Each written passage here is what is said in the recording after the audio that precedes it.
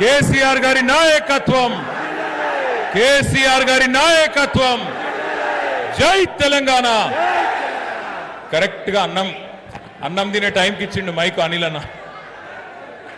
గౌరవనీయులు, మీ అందరి అభిమాన నాయకుడు, గౌరవనీయులైన మీ శాసనసభ్యుడు, మా సోదరుడు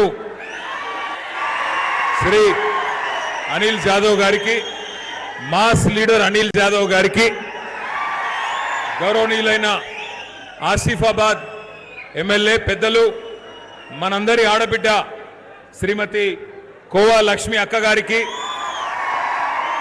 గౌరవనీయులు మాజీ మంత్రివర్యులు పెద్దలు ఆదిలాబాద్ జిల్లా పార్టీ అధ్యక్షులు శ్రీ జోగు రామన్న గారికి, గౌరవనీయులు మాజీ మంత్రివర్యులు పెద్దలు బాల్కొండ శాసనసభ్యులు అన్నా శ్రీ వేముల ప్రశాంత్ రెడ్డి గారికి, గౌరవనీయులైన హుజూరాబాద్ శాసనసభ్యులు శ్రీ పాడి కౌశిక్ రెడ్డి గారికి, గౌరవనీయులైన కోరుట్ల శాసనసభ్యులు శ్రీ డాక్టర్ సంజయ్ గారికి, సంజయ్ కాగా, గౌరవనీయులైన ఎమ్మెల్సీ తమ్ముడు శ్రీ నవీన్ కుమార్ రెడ్డి గారికి. నవీన్ కుమార్ రెడ్డి గారు ఒక నిమిషం, పాలమూరులో మన ప్రభుత్వం పోయినాక రేవంత్ రెడ్డి సొంత జిల్లాలో అక్కడ ఎమ్మెల్సీగా గెలిచి వచ్చిన నాయకుడు మన తమ్ముడు నవీన్ కుమార్ రెడ్డి.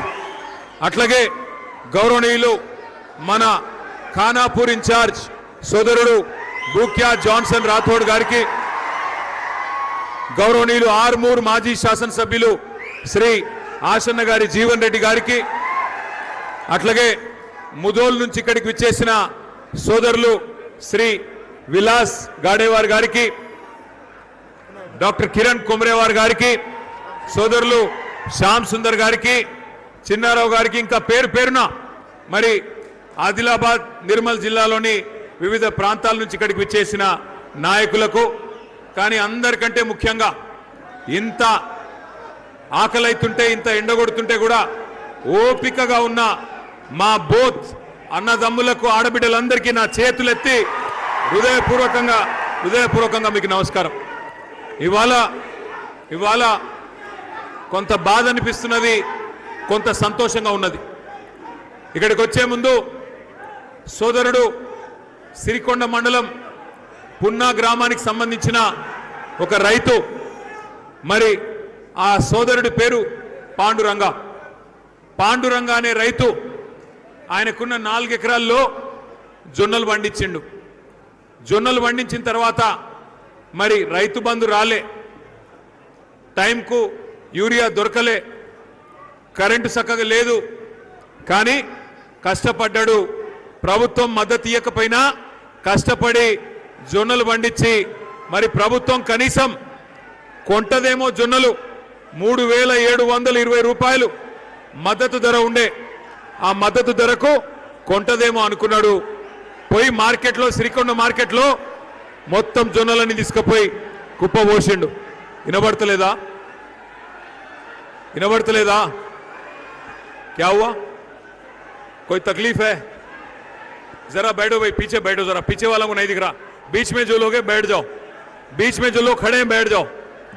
ये लोग मध्य निल्सुरो कुसोंడి.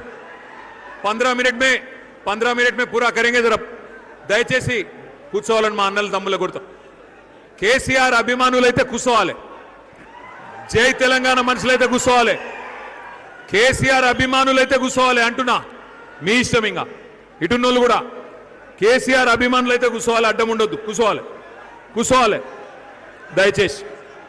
మరి పోయినాం, ఆ సోదరుడు పాండురంగ గారు చచ్చిపోతే ఆ కుటుంబాన్ని పలకరించడానికి, మందలించడానికి పోయినాం. ఆ ఊరికి పోతే ఊరంతా వచ్చింది.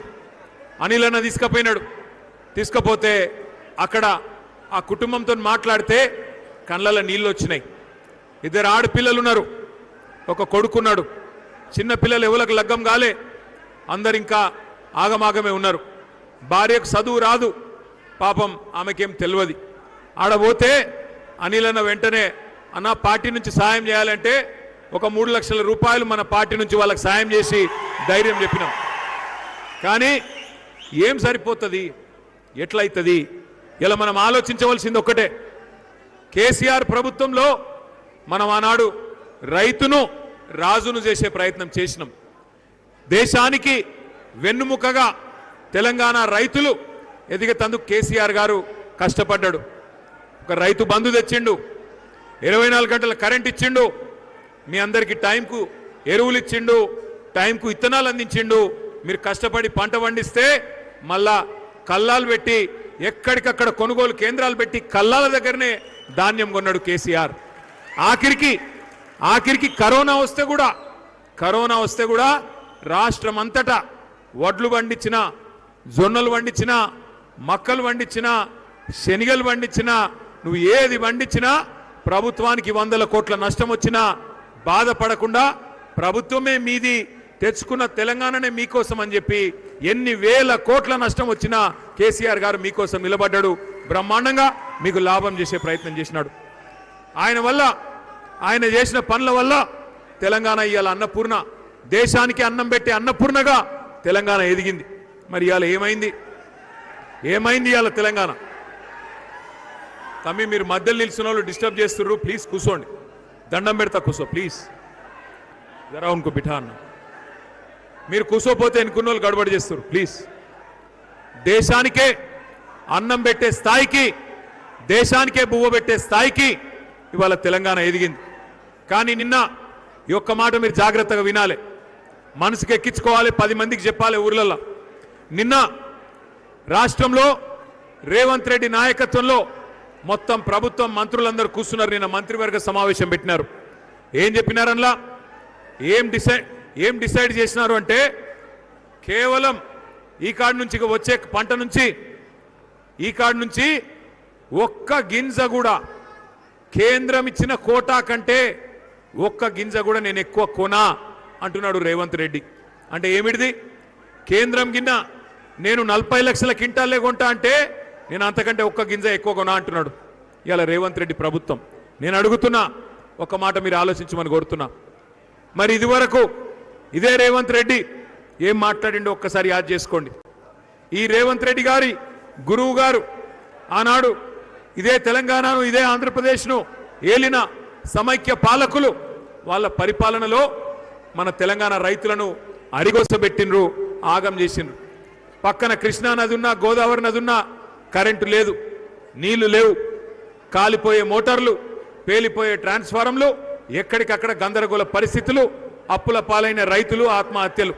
అందుకే దేశంలోనే మహారాష్ట్ర నెంబర్ 1 ఉంటే రైతు ఆత్మహత్యల్లో నెంబర్ 2 తెలంగాణ ఉండే. కానీ కేసీఆర్ గారి నాయకత్వంలో మరి బ్రహ్మాండంగా ఒక పునాది పడ్డది, మంచి పునాది వేసుకున్నాం. 70 లక్షల రైతులకు 73,000 కోట్లు ఇచ్చిన నాయకుడు ఒకే ఒక్కడు మన నాయకుడు కేసీఆర్. గర్వంగా చెప్పుకోవచ్చు, రైతు బంధు ప్రపంచంలో ఎక్కడ లేదు. అసొంటి పథకం పెట్టిండు. 2 సార్లు రుణమాఫీ చేసిండు, 2 సార్లు లక్ష చేస్తే 29,000 కోట్లు దానికి ఖర్చు అయిందంటే 10 ఏళ్లలో 1,00,000 కోట్లు రైతుల ఖాతాల్లో వేసిన నాయకుడు మన నాయకుడు కేసీఆర్ గారు. మిషన్ కాకతీయ పేరు మీద చెరువులలో పూడిక తీసుకున్నాం, కాళేశ్వరం లాంటి ప్రాజెక్టులు కట్టుకున్నాం. అందుకే ఏమైంది, తెలంగాణ వచ్చినాడు 1,30,00,000 ఎకరాల్లో సాగు ఉంటే కేసీఆర్ దిగిపోయినాడు 2,30,00,000 ఎకరాలంటే 1,00,00,000 ఎకరాలు అదనంగా సాగులోకి వచ్చింది. భూమి బంగారం అయ్యింది, రైతు సంబరంగా ఉండే పరిస్థితి వచ్చింది. కానీ ఇవాళ ఏమి జరుగుతూ ఉంది మీరు ఆలోచన చేయండి. కాంగ్రెస్ వచ్చింది, సరే బోత్లో మీరు తెలివైన వాళ్ళు, మీరు అనుకున్నారు బోత్ నియోజకవర్గం వాళ్ళు, ఆసిఫాబాద్ వాళ్ళు ఏమనుకున్నారు, కాంగ్రెస్ వాళ్ళు ఎన్ని అడ్డమైన మాటలు చెప్పినా, బీజేపీ వాళ్ళు ఎన్ని దొంగ మాటలు చెప్పినా నమ్మేది లేదు, మాకు కేసీఆరే కావాలి, అనిల్ జాదవే కావాలని మీరు గెలిపించిండ్రు. కానీ ఆదిలాబాద్ వాళ్ళు ఆదమర్చిండ్రు, పక్కకు ఖానాపూర్ వాళ్ళు మరి వాళ్ళు కూడా కలువళ్ళు అయిపోయారు. అందుకే అక్కడ కాంగ్రెస్, ఇక్కడ కాంగ్రెస్, దేశమంతా వదిలించుకున్న దరిద్రం కాంగ్రెస్, దాన్ని తెచ్చి మన నెత్తిన పెట్టుకున్న పాపానికి ఏం జరిగింది ఆలోచన చేయండి. రాహుల్ గాంధీ పెద్ద మనిషి కాంగ్రెస్ పార్టీలా, ఆయన వచ్చిండు ఢిల్లీకి వెళ్ళి, వచ్చి ఏం చెప్పిండు, రైతులకు అన్ని పంటలకు నేను బోనస్ ఇస్తా, నువ్వు దొడ్డు వడ్లు పండించినా, సన్న వడ్లు పండించినా, పత్తి పండించినా, జొన్నలు వండించినా, మక్కలు వండించినా, మిర్చి వండించినా, సోయా వండించినా కింటాల్కు 500 బోనస్ నేను ఇస్తా అని చెప్పిండు. దొడ్డు వడ్లకు కూడా బోనస్ అన్నాడు.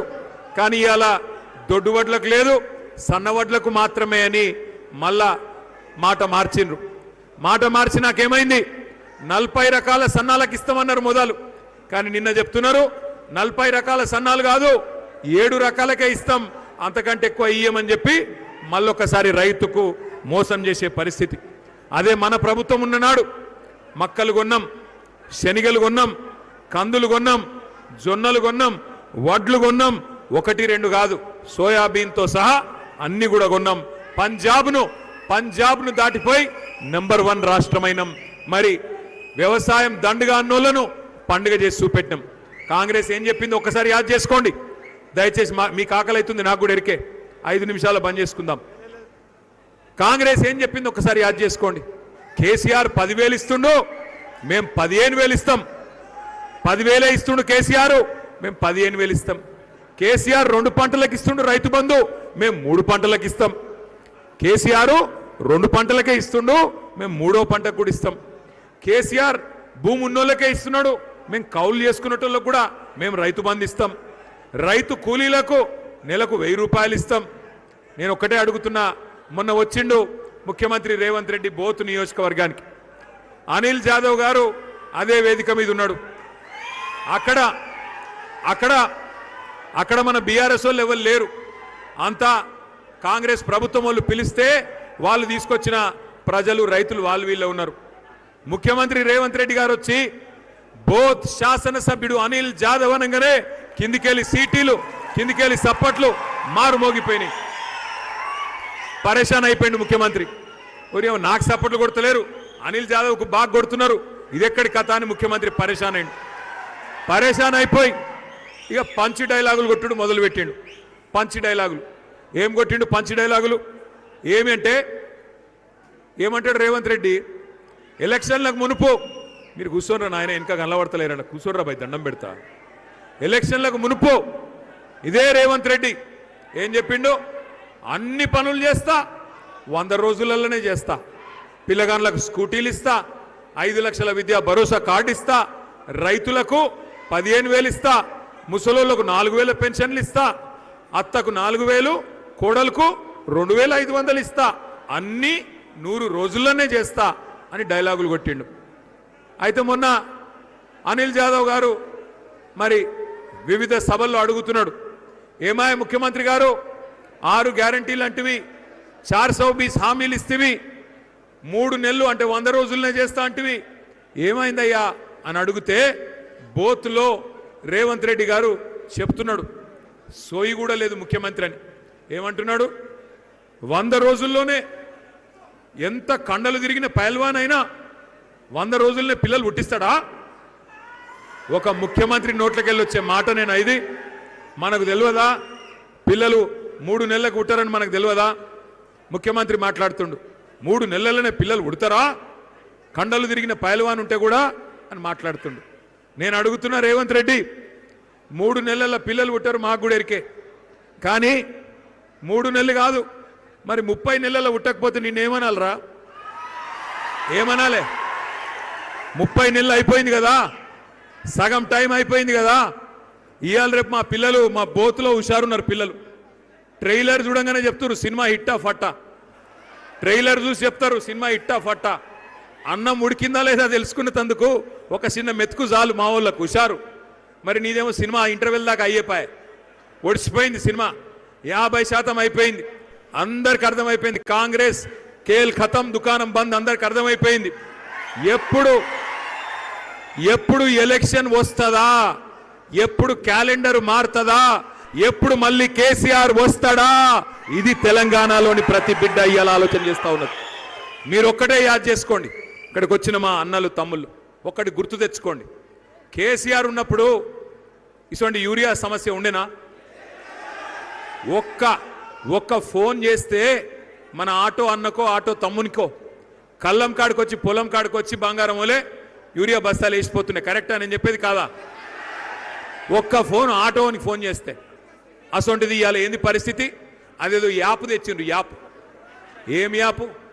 అసలు షాపులో ఉంటే కదా యాప్లో ఉండేది. షాపులోనే లేకపోయా యూరియా, యాప్లో ఆడికెళ్ళి వస్తుంది. అది సమస్య. వీళ్ళకి తెలివి లేదు. ఆఖరికి రైతులకు సంచులు సప్లై చేసే తెలివి కూడా లేదు. బార్దానిచ్చే తెలివి లేదు. ఉన్నదా? సుతిలు లేదు, బార్దాన్ లేదు, సంచులు కూడా లేవు. అయితే మొన్న అనిల్ అన్న ఏం చేసిండంటే, అవి ఏమో సంచులు ఎందుకు దొరుకుతలేవు రాబాయ్ అని చెప్పి ఎంక్వైరీ చేసిండు. సంచులన్నీ ఆడిపోతున్నాయంటే ఎరికేనా? ఏడిపోతున్నాయి? ఢిల్లీకి పోతున్నాయి. నిండా పైసలు నింపి దోసుకున్న సొమ్మంతా ఢిల్లీకి పోతున్నాయి పైసలు. రైతులకు ఇయనికి పైసలు లేవు. రైతు బంధు 3 సార్లు ఎగ్గొట్టిండు ఇప్పటికి సిగ్గులేని రేవంత్ రెడ్డి. ఒకసారి కాదు, 2 సార్లు కాదు, 3 సార్లు ఎగ్గొట్టిండు. ఏం చెప్పిండు ఎలక్షన్లకు ముందు ఏం చెప్పిండు?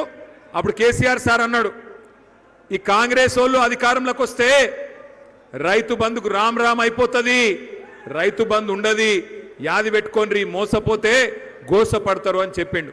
అప్పుడు రేవంత్ రెడ్డి ఏమన్నాడు? ఎరికేనా? రేవంత్ రెడ్డి ఏమన్నాడు? కేసీఆర్ అంటున్నాడు మేము అధికారంలోకి వస్తే రైతు బంధు బంద్ అవుతుంది అంటున్నాడు, మేమేమన్నా దివానగాళ్ళమా, మాకేమన్నా దిమాగ్ లేదా, మేమేమన్నా పిచ్చోళ్ళమా అని మాట్లాడిండు. ఇవాళ నేను అడుగుతున్నా రేవంత్ రెడ్డి, 3 సార్లు రైతు బంధు ఎగ్గొట్టిన ఏమనాలే? హౌలా అనాలనా, దివానా అనాలనా, దిమాగ్ లేనోడనాలనా, ఏమనాలి చెప్పు? ఏం చేస్తావు? ఎక్కువ పెడతావు, ఇంకో కేసు పెడతావు, పెట్టు. అంతే కదా పెట్టేది. కేసులు పెట్టుడు తప్ప ఆయనకి ఏమైనా ఎరికేనా? ఏమైనా వచ్చా? కేసులు పెట్టుడు, బూతులు మాట్లాడు తప్ప 2.5 ఏళ్ళు పీకింది ఏమైనా ఉందా? ఏమీ లేదు. గట్టిగా అడిగినావు అనుకో, ఏమైనా రేవంత్ రెడ్డి మా ఆడపిల్లలకు 2500 ఇస్తాను కదా, ఏమాయంటే నీ లాగుల తోండలిడిచి పెడతా.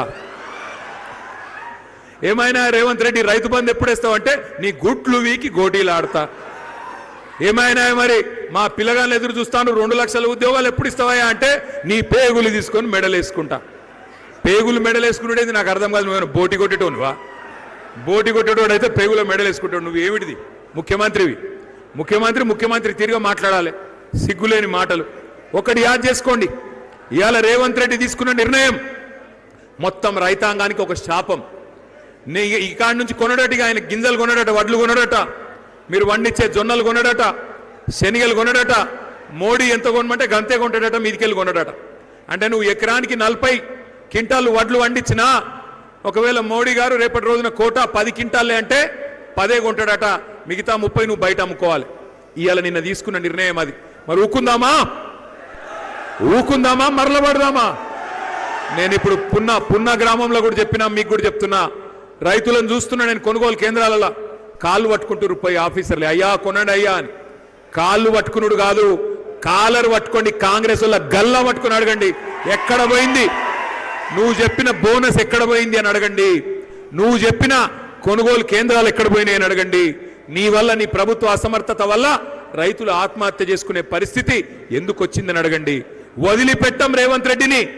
నువ్వే కదా 15 రోజుల కింద చెప్పినావు చివరి గింజ దాకా కొంటా అన్నావు. ఇవాళ ఏమైంది మరి? చివరి గింజ దాకా కొంటా, మోడీ మెడలు వంచుతా, నేను మోడీని ఇది చేస్తా అది చేస్తా అని తొడలు కొడుతీవి. ఇవాళ ఏమైంది అని అడుగుతున్నా. కాంగ్రెస్ కు 8 మంది ఎంపీలు ఉన్నారు. మీ ఆదిలాబాద్ లో కూడా బీజేపీ ఎంపీ ఉన్నాడు. 16 మంది ఎంపీలను నేను అంటా ఉన్నా. కాంగ్రెస్ ప్రభుత్వానికి రాష్ట్రంలో ఎంత బాధ్యత ఉందో 16 మంది ఎంపీలు మీకు కూడా అంతే బాధ్యత ఉంది. కేసీఆర్ ప్రభుత్వం ఉన్నప్పుడు కూడా మోడీ ప్రభుత్వం మేము వడ్లు కొనమంటే మొత్తం కేబినెట్ మేము ఢిల్లీ పోయినాం. కేసీఆర్ సార్తో సహా మంత్రులు, ఎమ్మెల్యేలు, ఎమ్మెల్సీలు, ఎంపీలు అందరం ఢిల్లీ పోయి ధర్నా చేసి ప్రభుత్వం మెడలు వంచి కొనేటట్టు చేసి వచ్చిన నాయకుడు మగాడు మనగాడు మన నాయకుడు కేసీఆర్. ఇవాళ ఉన్న ఎంపీలు 8 మంది కాంగ్రెస్ వాళ్ళు, 8 మంది బీజేపీ వాళ్ళు. మీకు కూడా జిమ్మేదారు ఉన్నది. రేవంత్ రెడ్డి తప్పించుకుంటా అంటే ఆయనని ఇడిచిపెట్టాం, ఎంపీలను కూడా ఇడిచిపెట్టాం. మీరు గెలిపించింది ఆదిలాబాద్ ప్రజలు. బీజేపీ ఎంపీని ఇక్కడ తప్పకుండా నిలదీయాలి, అడగాలి. ఏమయ్యా కొనడట మోడీ, ఎందుకు కొన్నాడు రేవంత్ రెడ్డి వడ్లు, ఎందుకు కొన్నాడు జొన్నలు, ఎందుకు కొన్నాడు కందులు, ఎందుకు కొన్నాడు సోయా? కేసీఆర్ ఉన్నప్పుడు కొన్నాడు ఎట్లా, ఇప్పుడు కొన్నాడు ఎట్లా అని గట్టిగా నిలదీయాల్సిన బాధ్యత మన మీదనే ఉన్నది.